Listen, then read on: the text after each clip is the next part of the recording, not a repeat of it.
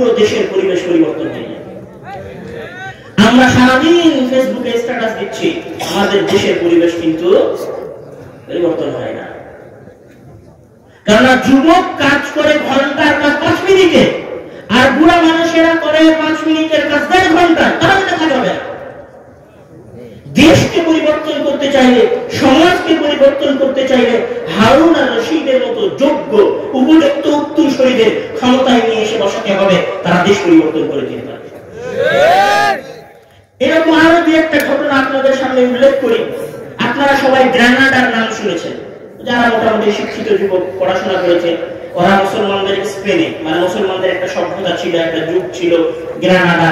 এরকম কিছু কাল্পনিক কাহিনী আমরা শুনেছি, গ্রানাডার কথা অথবা কর্ডোভার কথা আমরা শুনেছি।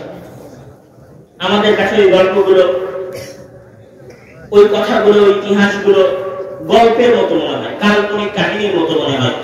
এই যে গ্রানাডার সভ্যতা যিনি প্রতিষ্ঠা করেছিলেন, গ্রানাডা এবং কর্ডোভার ভিত্তি যিনি স্থাপন করেছিলেন, তিনি কে ছিলেন? তিনি ছিলেন আব্দুর রহমান আদ-দাখিল। পৃথিবীর ইতিহাসে তিনি আব্দুর রহমান আদ-দাখিল নামে পরিচিত। উনি ছিলেন উমাইয়া বংশের ব্যক্তি। যখন আব্বাসীয়রা শাসন ক্ষমতায় আসলো, আব্বাসীয়রা শাসন ক্ষমতায় আসার পরে উমাইয়াদেরকে একটা একটা করে ধরে কচুকাটা করে কেটে দিল। ঠিক আপনাদের দেশে একদল যেমন আরেক দলকে কচুকাটা করে কাটে, ওইরকম আব্বাসীয়রা ক্ষমতায় আসার পরে আবুল আব্বাস আস-সাফা উমাইয়াদের সবগুলোকে একটা একটা করে জবাই করেছিল। এইরকম একটা ভয়ঙ্কর পরিস্থিতিতে আব্দুর রহমান হচ্ছে 18-19 বছরের যুবক। যখন ওনাকেও আব্বাসীয়রা হত্যা করার জন্য খুঁজতেছে, তখন উনি মাত্র 18-19 বছরের যুবক। এক এলাকা থেকে আরেক এলাকা, আরেক এলাকা থেকে আরেক এলাকা, এইভাবে 5 বছর আব্দুর রহমান আল-নাসির পালিয়ে থাকলেন। ওনার বয়স যখন 24-25 বছর, তখন উনি এই অঞ্চল ছেড়ে দিয়ে, মানে যেটা বর্তমান সিরিয়া, যেটা বর্তমান শাম, যেটা বর্তমান বলতে পারি মিশরের এলাকা, যেটা বর্তমান সৌদি আরব, এই অঞ্চল উনি ছেড়ে দিয়ে জীবন বাঁচানোর জন্য 5-6 বছর পালিয়ে দিলেন। 19-20 বছরের যুবক। সামনে যে ছেলেটা বসে আছে, ওই ছেলের বয়সের যুবক, 18-19-20 বছরের যুবক। কতই আর বয়স হবে, কতই আর বুদ্ধি হবে। এইরকম পালিয়ে থাকতে থাকতে উনি চলে গেলেন স্পেনে, যেটাকে আপনারা বর্তমান কি স্পেন বলেছিলেন। পালাতে পালাতে উনি চলে গেলেন স্পেন। স্পেনে যখন উনি গেলেন, তখন ওনার বয়স মাত্র 24-25 বছর। কিন্তু রক্তের মধ্যে আছে খেলাফতের রক্ত, ওনার রক্তে আছে ওমর ইবনে আব্দুল আজিজের রক্ত, ওনার রক্তে আছে মুআবিয়া ইবনে আবি সুফিয়ানের রক্ত। Master mind. 24 বছর বয়সে যখন উনি স্পেনে গেলেন, তখন উনি বুঝলেন যে স্পেনে আমার জন্য সুযোগ আছে। তখন উনি স্পেনে বিভিন্ন যুদ্ধের মাধ্যমে, ছোট ছোট যুদ্ধের মাধ্যমে পুরো স্পেনের শাসন ক্ষমতা দখল করলেন। পুরো স্পেনের শাসন ক্ষমতা দখল করার পরে উনি যখন স্পেনের শাসন ক্ষমতার মূল চেয়ারে বসেন, তখন ওনার বয়স মাত্র 25 বছর। 30 বছর লাগাতার উনি স্পেন শাসন করেছেন। 18 বছর একটা যুবক। ওনার বাপ মারা গেছে, ওনার মা মারা গেছে, ওনার ভাইকে ওনার চোখের সামনে হত্যা করা হয়েছে, ওনার চাচাকে ওনার চোখের সামনে হত্যা করা হয়েছে, ওনার পুরো পরিবারকে কুচকাটা করে হত্যা করা হয়েছে। মানসিক ভাবে বিপর্যস্ত মানুষ কেউ নাই, ওনার নাম নাই, ওনার সন্তানের খুঁজেও উনি জানেন না, ওনার ভাই বোনের খুঁজেও উনি জানেন না। যদি আপনার সাথে জীবনে এরকম হয়, আপনি তো মাথা ধরে পড়ে যাবেন, সামনে আগাতে পারবেন না। ওনার পুরো পরিবার নিঃশেষ হয়ে যাওয়ার পরে একা একটা যুবক মাত্র 20-25 বছরে চলে গেছেন স্পেনে। স্পেনে চলে যাওয়ার পরে শাসন ক্ষমতা প্রতিষ্ঠা করেছেন, যেটা উনি একাই শাসন করেছেন 30 বছর। আর পরবর্তীতে ওনার পরিবার স্পেন শাসন করেছে প্রায় 300 বছর। উনার 100 বছর পরে, উনি মারা যাওয়ার 100 বছর পরে উনার পরিবারে একজন সন্তান আসে, যার নাম হচ্ছে আব্দুর রহমান আল-নাসির লিদিনিল্লাহ। ওনার মারা যাওয়ার 100 বছরের মাথায় 300 হিজরির দিকে আব্দুর রহমান আল-নাসির লিদিনিল্লাহ নামে একজন যুবকের জন্মগ্রহণ উনার পরিবারে। উনি জন্মগ্রহণ করেন 891 হিজরিতে। আর উনি যখন শাসন ক্ষমতায় বসেন 912 সাল থেকে নিয়ে শুরু করে 961 সাল পর্যন্ত যখন উনি শাসন ক্ষমতায় বসেন আব্দুর রহমান আল-নাসির, তখন ওনার বয়স মাত্র 22 বছর। 22 বছর বয়সে স্পেনের শাসন ক্ষমতায় বসেছেন। এটা কিন্তু আব্দুর রহমান আদ-দাখিল, মানে আগে যে আব্দুর রহমান ছিল, যিনি স্পেন প্রতিষ্ঠা করেছেন, তারপর পোতা মনে করতে পারেন, মানে তার সন্তান কয়েক পুরুষ পরে। আরবের মানুষেরা নিজের নাম, সন্তানের নাম, তার সন্তানের নাম একই রকম রাখা পছন্দ করে।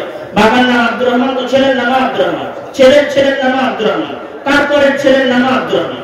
তো ওনার দাদার নাম ছিল আব্দুর রহমান, উনি 100 বছর পরে এসেছেন, ওনার নামও আব্দুর রহমান, কিন্তু ওনার নাম ছিল আব্দুর রহমান আল-নাসির লিদিনিল্লাহ। উনি ক্ষমতায় বসেছিলেন 22 বছর বয়স। 912 সালে, আর শাসন করেছিলেন 961 পর্যন্ত। 50 বছর যাবত স্পেন শাসন করেছে। 22 বছর বয়সে ক্ষমতায় এসেছে। কি করেছেন স্পেনে? আপনারা অক্সফোর্ডের নাম শুনেছেন? ক্যামব্রিজ ইউনিভার্সিটির নাম শুনেছেন? তারপরে আমেরিকার হার্ভার্ডের নাম শুনেছেন? কানাডা টরন্টোর নাম শুনেছেন? তারপরে এমটিআই এর নাম শুনেছেন আমেরিকা। আজকে আপনার কাছে অক্সফোর্ড যেরকম মনে হচ্ছে, আজকে আপনার কাছে ক্যামব্রিজ যেরকম মনে হচ্ছে, আজ থেকে 100 বছর পূর্বে আব্দুর রহমান নাসির যখন ক্ষমতা গ্রহণ করেছিল, তখন উনি কর্ডোভা আর গ্রানাদায় দুটো বিশ্ববিদ্যালয় প্রতিষ্ঠা করেছিলেন, জামিয়াতুল কুরতুবা আর জামিয়াতুল গারনাতা নামে। এই দুটো বিশ্ববিদ্যালয়কে আপনি মনে করতে পারেন বর্তমান সময়ে অক্সফোর্ড এবং ক্যামব্রিজের চাইতেও বেশি উন্নত এবং বেশি দামি বিশ্ববিদ্যালয়। এখানে আপনাকে আরেকটা লজিক বলি, আপনি যদি আজকের বিজ্ঞান, আজকের গণিত শাস্ত্র, আজকের সায়েন্স, আজকের চিকিৎসা শাস্ত্র নিয়ে গবেষণা করেন, তাহলে দেখবেন যে এগুলো সব একটা যুগে গিয়ে মিলিত হয়েছে। ওই যুগটা কাদের যুগ? ওই যুগটা হচ্ছে আজ থেকে 700-800 বছর আগে মুসলমানদের যুগ। মানে মাঝখানে বর্তমান আধুনিক যুগ, আর এই আধুনিক যুগের আগে আধুনিক যুগ হচ্ছে মুসলমানদের আধুনিক যুগ। এই যে আধুনিক সভ্যতা তিনি প্রতিষ্ঠা করেছিলেন, তিনি হচ্ছেন আব্দুর রহমান নাসির। উনার কিছু কথা না বললেই নয়, উনি যখন সালতানাতে আসেন, উনি যখন ক্ষমতায় বসেন, তখন উনি শুধু কর্ডোবা নগরীতে 32টারও বেশি বিশ্ববিদ্যালয় প্রতিষ্ঠা করেছিলেন। শুধু কর্ডোবা নগরীতে 500 অধিক সরকারি বিদ্যালয় ছিল ওনার এলাকায়, 70-এরও অধিক লাইব্রেরি ছিল ওনার সমাজে।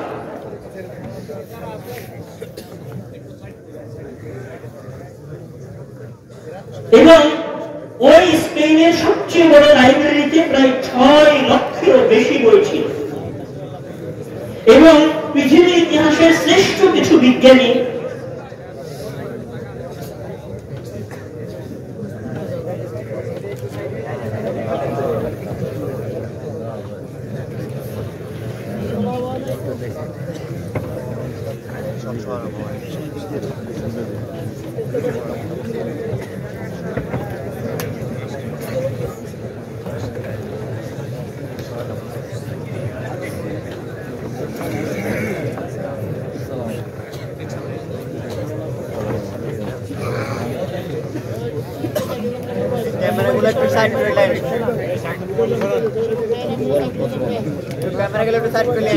আমরা আলোচনা করছিলাম একজন 22 বছর বয়সী যুবকের কথা বলছিলাম, যে যুবক 22 বছর বয়সে স্পেনের ক্ষমতায় অধিষ্ঠিত হয়েছিল, স্পেনের ক্ষমতার চেয়ারে বসেছিল, আর 22 বছর বয়সে স্পেনের ক্ষমতায় বসে 50 বছর যাবত স্পেন শাসন করেছিল।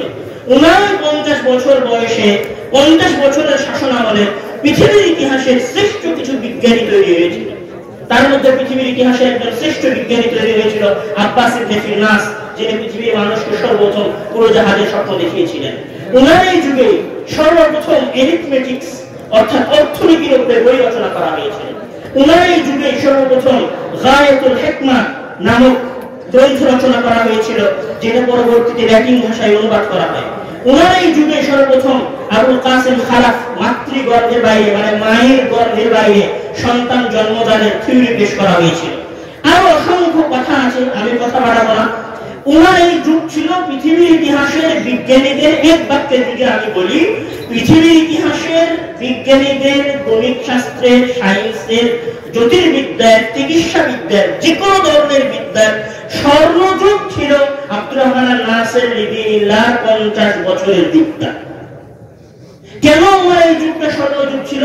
কেননা উনি যখন চেয়ারে বসেছিলেন তখন উনি বুড়া মানুষ নয়।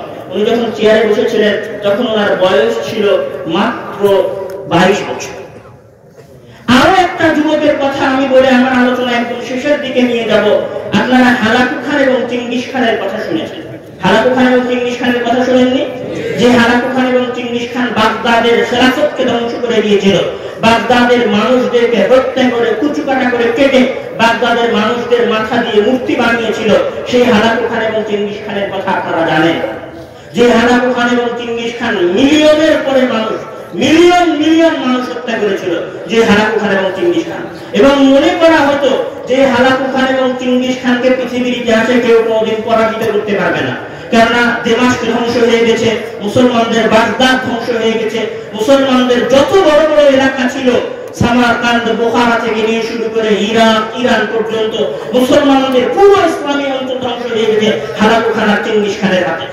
এই হালাকু খান এবং চেঙ্গিস খান যখন আইনে জারুতের প্রান্তরে যুদ্ধ করতে গেল রুকনুদ্দিন বাইবার্সের সাথে, রুকনুদ্দিন বাইবার্স হচ্ছে মাত্র 32 বছরের যুবক। এই রুকনুদ্দিন বাইবার্সের সাথে যখন হালাকু খান এবং চেঙ্গিস খান যুদ্ধ করতে গেল, তখন ওই হালাকু খান এবং চেঙ্গিস খানের সেনাবাহিনীকে রুকনুদ্দিন বাইবার্স এমন পিটালেন যে 300 কিলোমিটার পর্যন্ত দাঁড়িয়ে নিয়ে গেলেন। কোন হালাকু খান চেঙ্গিস খানকে? যে হালাকু খান চেঙ্গিস খান বিগত 30-40 বছর বয়সে কোনোদিন পরাজিত হয়নি, অথচ উনি পরাজয় করিয়ে দিলেন মাত্র 32 বছরের মধ্যে। এই যে ভারত উপমহাদেশে আমরা বসবাস করছি, এই ভারত উপমহাদেশে যে মানুষটা ইসলাম নিয়ে এসেছিল মোহাম্মদ বিন কাসেম, মাত্র 17 বছরের যুবক ছিল। এই যে আমরা বর্তমানে তুরস্কের রাজধানী, এটা কি বলে? ইস্তাম্বুল। এটা ইংরেজিতে বলে কনস্টান্টিনোপল, আর আমরা আরবিতে বলি কুস্তুনতুনিয়া। রোমানদের, খ্রিস্টানদের 1000 বছরের শাসন ক্ষমতার রাজধানী ছিল ইস্তাম্বুল। কত বছরে? 1000 বছরের শাসন ক্ষমতার রাজধানী ছিল ইস্তাম্বুল। রাসূল সাল্লাল্লাহু আলাইহি ওয়াসাল্লাম বলেছিলেন, লাতুফতাহান্নাল কুস্তুনতুনিয়াতু ফালা নি'মাল আমিরু আমিরুহা ওয়া লা নি'মাল জাইশু জাইশুহা, যে অবশ্যই একদিন ইস্তাম্বুল বিজয় হবে, আর কতই না উত্তম বাহিনী হবে যে বাহিনী কুস্তুনতুনিয়া জয় করবে, আর কতই না উত্তম সেনাপতি হবে যে সেনাপতি কনস্টান্টিনোপল বা ইস্তাম্বুল জয় করবে। এই জন্য যখন যে মুসলিম শাসক এসেছে, তখন সেই মুসলিম শাসক এই কুস্তুনতুনিয়া, এই ইস্তাম্বুল জয় করার চেষ্টা করেছিল। মুসলমানেরা নিজে 12বারেরও অধিক এই ইস্তাম্বুল জয় করার চেষ্টা করেছিল, কিন্তু কারো হাতে মহান আল্লাহ তাআলা ইস্তাম্বুলের বিজয় দান করেননি। যতবার মুসলমানেরা ইস্তাম্বুলে হামলা করতে গেছে, সাহাবীরা পর্যন্ত ইস্তাম্বুলে হামলা করতে গেছে, কিন্তু ততবার সবাই বিমুখ হয়ে ফিরে এসেছে, কেউ জয় লাভ করতে পারেনি। কিন্তু মহান আল্লাহ তাআলা এখানে একজন যুবকের হাতে এই ইস্তাম্বুলের বিজয় দান করেছিলেন। সেই যুবককে ছিল মুহাম্মদ আল ফাতিহ। মুহাম্মদ আল ফাতিহ যখন কনস্টান্টিনোপল বা ইস্তাম্বুল জয় করতে যায়, তখন মুহাম্মদ আল ফাতিহের বছর মাত্র 21 বছর বয়স। 21 বছর বয়সে মুহাম্মদ আল ফাতিহ কনস্টান্টিনোপল জয় করতে গেছে, ইস্তাম্বুল জয় করতে গেছে, যেই ইস্তাম্বুল তার বাপ দাদারা 12 বার হামলা করে জয় করতে পারেনি। এই পুরো ইতিহাস, আমি যে ইতিহাসগুলো সংক্ষেপে আপনাদের সামনে আলোচনা করলাম, এই পুরো ইতিহাসের সারমর্ম এটাই যে ইসলামের ইতিহাস লিপিবদ্ধ করা হয়েছে যুবকদের দ্বারা। ইসলামের ইতিহাসে বিজয় এসেছে, বিজ্ঞানের ক্ষেত্রে বলেন, জ্ঞানের ক্ষেত্রে বলেন, যুদ্ধের ময়দানে বলেন, বিজয় এসেছে যুবকদের মাধ্যমে। আজকেও যদি কেউ এই দেশে সৌদি আকীদার প্রচার করতে চায়, আজকেও যদি এই দেশে কেউ ইসলামপন্থীদের বিচার চায়, ইসলামপন্থীদের বিজয় চায়, তাহলে সবার আগে বিজয় ঘটাতে হবে যুবকদের মাঝে। সবার আগে পরিবর্তন করতে হবে এই সমাজের যুবকদের। যেই দিন এই সমাজের যুবকেরা মোবাইল ছেড়ে দিয়ে, পাবজি, ফ্রি ফায়ার গেম ছেড়ে দিয়ে মসজিদ মুখী হবে, সেই দিন এই সমাজ পরিবর্তন হয়ে যাবে।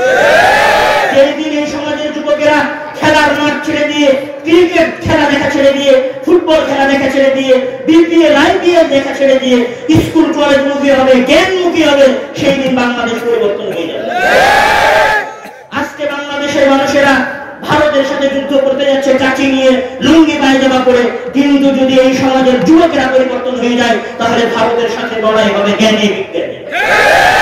আমরা চাই বাংলাদেশে এমন এক শ্রেণীর যুবক তৈরি হোক, যে যুবক আগামী বাংলাদেশকে পরিবর্তন করবে ইনশাআল্লাহ। আমরা চাই এই দেশে এমন এক শ্রেণীর যুবক গড়ে উঠুক, যাদের হাতে একটি স্বাধীন, সার্বভৌম, আজাদী বাংলাদেশ গড়ে উঠবে ইনশাআল্লাহ। আল্লাহ তাআলা আমাদের যুবকদেরকে সঠিক দিনের উপরে রেখে মুহাম্মদ আল ফাতিহের মতো, হারুন আর রশিদের মতো, আব্দুর রহমান আল নাসির লিদিনিল্লাহর মতো, আব্দুর রহমান আল দাখিলের মতো, ওসামা বিন যায়েদের মতো জিহাদি জাজবা নিয়ে, ইমানি চেতনা নিয়ে, নিজেদের ঈমান এবং ইসলামকে নিয়ে সামনের দিকে এগিয়ে এদেশের মূল কেন্দ্রে যাওয়ার তৌফিক দান করুক, আল্লাহুম্মা আমিন।